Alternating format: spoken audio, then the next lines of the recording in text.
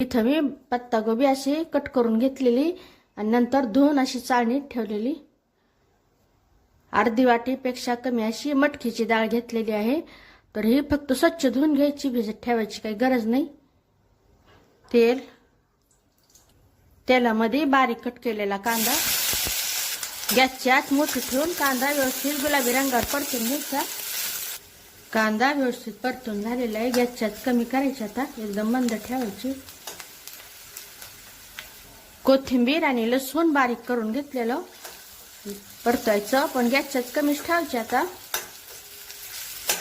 हळद टाकायची, घरगुती मसाला, काळं तिखट थोडंसं नुसतं मिक्स करून घ्यायचं, जास्त परतायचं नाही.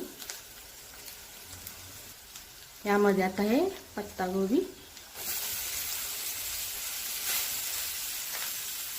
थोडंसं मिक्स करून घ्यायचं. गॅसची आच कमीच ठेवायची, अजिबात वाढवायची नाही. हे धुवून घेतलेली मटकीची डाळ टाकायची.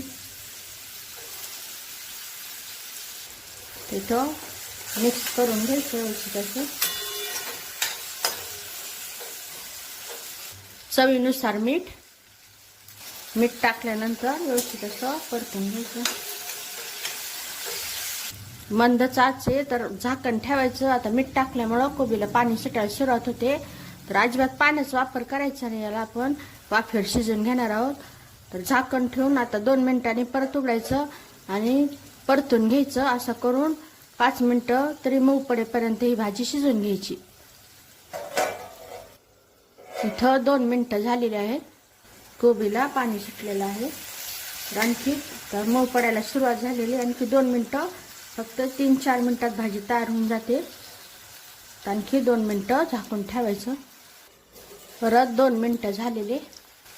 भाजी एकदम मऊसर पडलेली आहे. पत्तागोबी पाणी एकदम पूर्ण, पाणी जे पत्तागोबीला सुटलेलं तेही पूर्ण सुकून गेलेलं. यामध्ये एखादा चमचा भाजलेल्या शेंगदाण्याचा कूट, शेंगदाणे व्यवस्थित भाजून त्याचा कूट बनवलेला पूर्ण मिक्स करून घ्यायचा. भाजी तयार झालेली. गॅस बंद करून टाकायचा. कट केलेली कोथिंबीर नक्कीच बनवून पहा माझ्या अशा सोप्या पद्धतीने ही पत्तागोबीची भाजी. आणि कशी झाली तेही मला कमेंटमध्ये सांगा. चॅनेलवरच्या बाकी रेसिपीजी पहा आणि आवडल्या तर त्यांनाही लाईक करा. आणि माझ्या रेसिपीज तुम्हाला आवडत असतील तर नक्कीच शेअरही करा.